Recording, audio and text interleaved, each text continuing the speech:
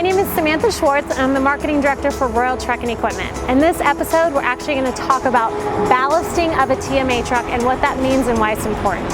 So if you follow me, let's go take a look. So ballasting, as I'm sure you know Webster's Dictionary, it's actually how you weight something. In this case, it's how we're going to weight an attenuator truck in order to get it to requirements. Now there's a couple states in the country, we're going to use New Jersey in this episode as an example, that are very, very strict when it comes to the ballasting and weight requirements of an attenuator truck. So whoever you're going to buy that attenuator truck from, the first thing that you should ask them is, how do you weight that truck? Okay, and it's really important to find out how. So there's a couple ways to weight a truck and we're going to go through them. So why is ballasting important? There's two main reasons in your attenuator truck as to why it's so important to have your truck weighted properly. Number one is that your attenuator actually works correctly.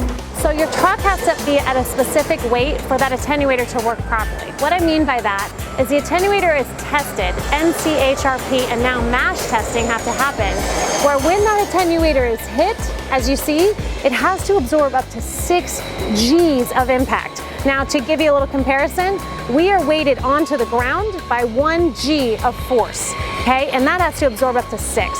So your truck that attenuator is attached to, okay, it has to weigh a certain amount.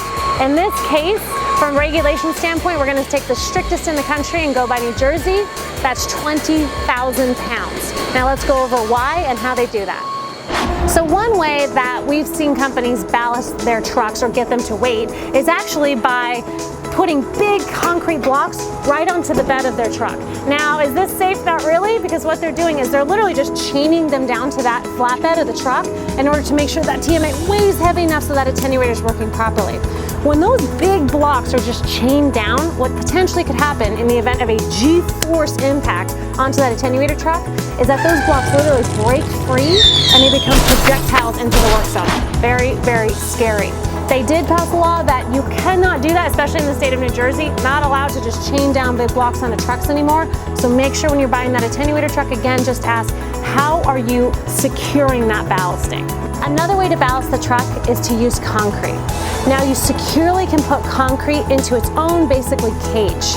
Now the very, very important thing to know about when you're pouring concrete to make sure that that truck weighs down is that it's secured somewhere in the truck and in its own basically little box.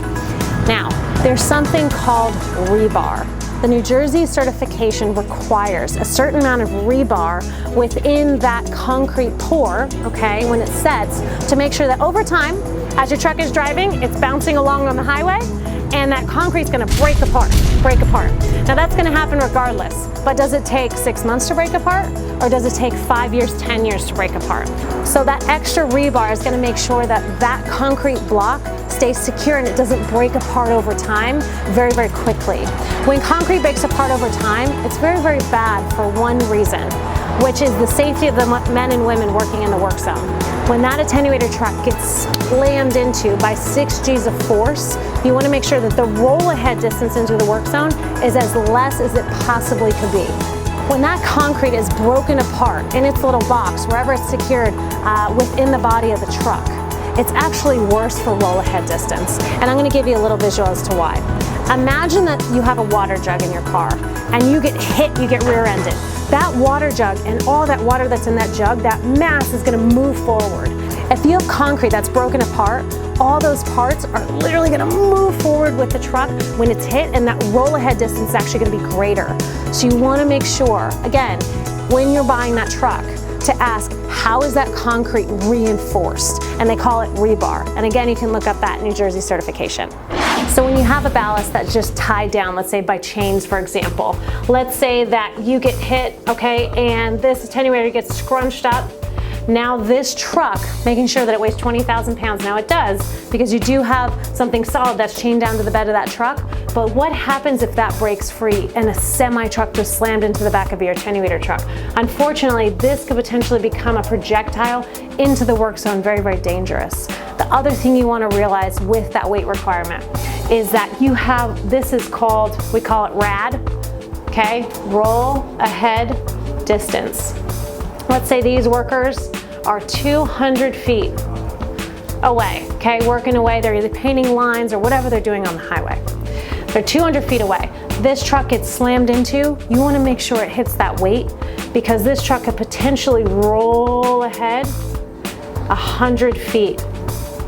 Okay, maybe even more, 175 feet at sometimes if it's a moving operation in a work zone. So if that truck is as heavy as it can possibly be in making that weight requirement, again, under CDL requirements, under 26,000 pounds, okay, then you're gonna have a smaller roll ahead distance.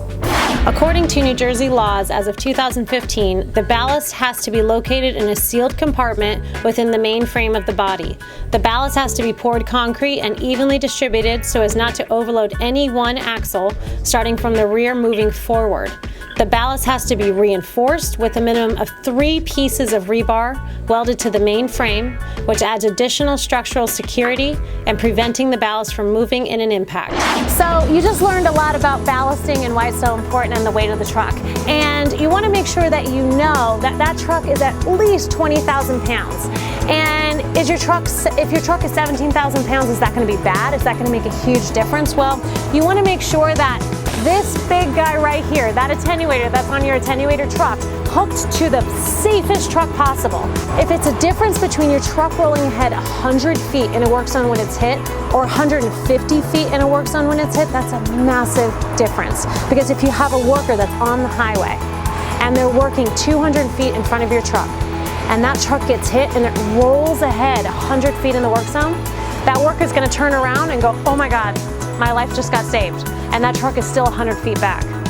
But what if it's not the safest truck it could possibly be, it's not weighted the best weight it could possibly be, and that truck, let's say it weighs 17,000 pounds, it rolls ahead 150 feet in the work zone. That worker turns around, yes, he's still safe, but that truck's only a couple feet behind him.